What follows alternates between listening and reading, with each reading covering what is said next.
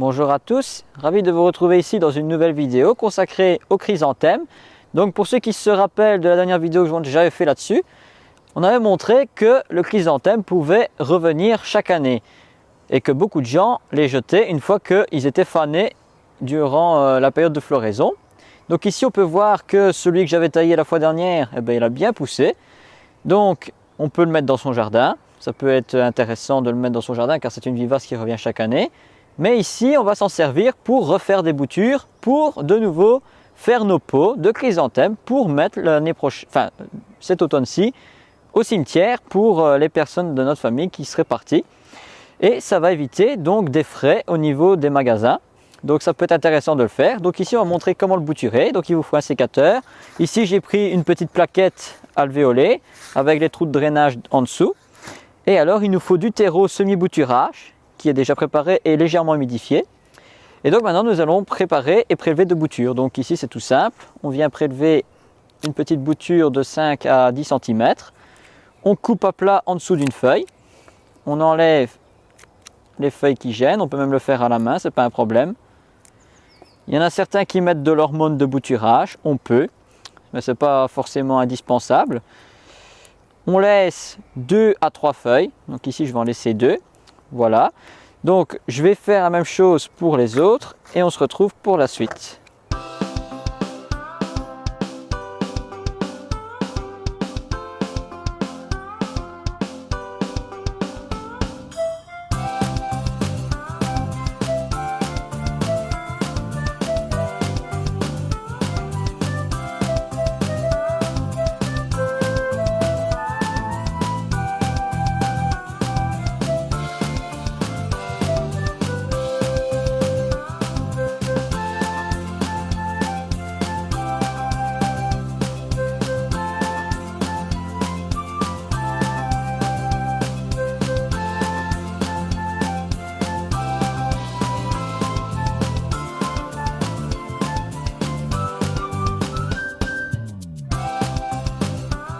Donc voilà, nous avons bien sûr dénudé notre plante mère pour avoir toutes ces petites boutures. Donc à partir d'un pot, voilà déjà le nombre de boutures qu'on peut faire et ce n'est pas fini car celles-ci vont continuer à repercer, vont redonner de nouvelles têtes. Alors soit vous la laissez pousser naturellement et vous la taillez de temps en temps pour garder celle-là dans ce pot-là pour la faire refleurir l'année suivante, ou alors vous refaites d'autres boutures par la suite.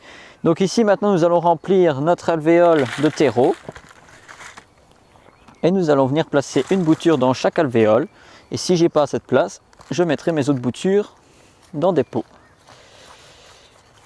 Alors bien sûr, on est ici au mois de mai. Donc généralement, on les bouture à la 3e semaine d'avril.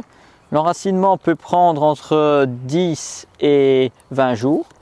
Donc ça, si c'est en serre chaude, bien sûr, en serre froide, ça peut prendre un peu plus de temps. On tasse bien.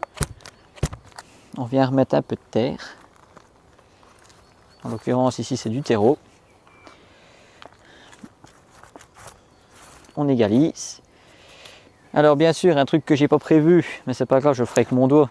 On vient faire un trou au milieu de l'alvéole. On vient mettre notre bouture. On tasse bien pour mettre vraiment la bouture en contact avec le sol. Et de cette manière, nos petites boutures, le fait qu'elles soient dans des petits carrés comme ça, la chaleur va se concentrer davantage et ça va favoriser le développement des petites radicelles qui nous intéressent.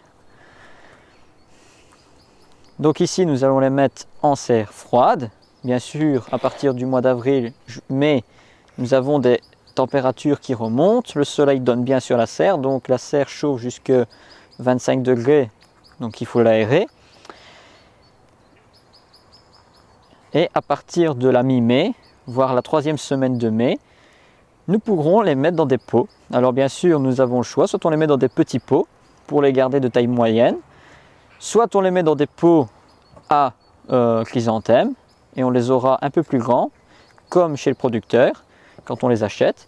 Et de cette manière, nous pourrons favoriser le développement de nos plantes pour l'automne. Donc ici maintenant, nous allons arroser comme toujours 3 fois.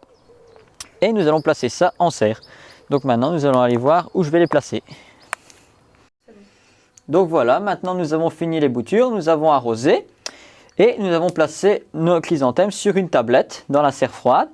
Elles vont rester là jusqu'au 15 mai pour éviter la gelée nocturne éventuelle, même si elles le supportent. Et de cette manière, nous allons favoriser le système racinaire qui va se développer donc ici en dessous. Nous nous retrouverons pour voir l'enracinement au moment où il se sera fait.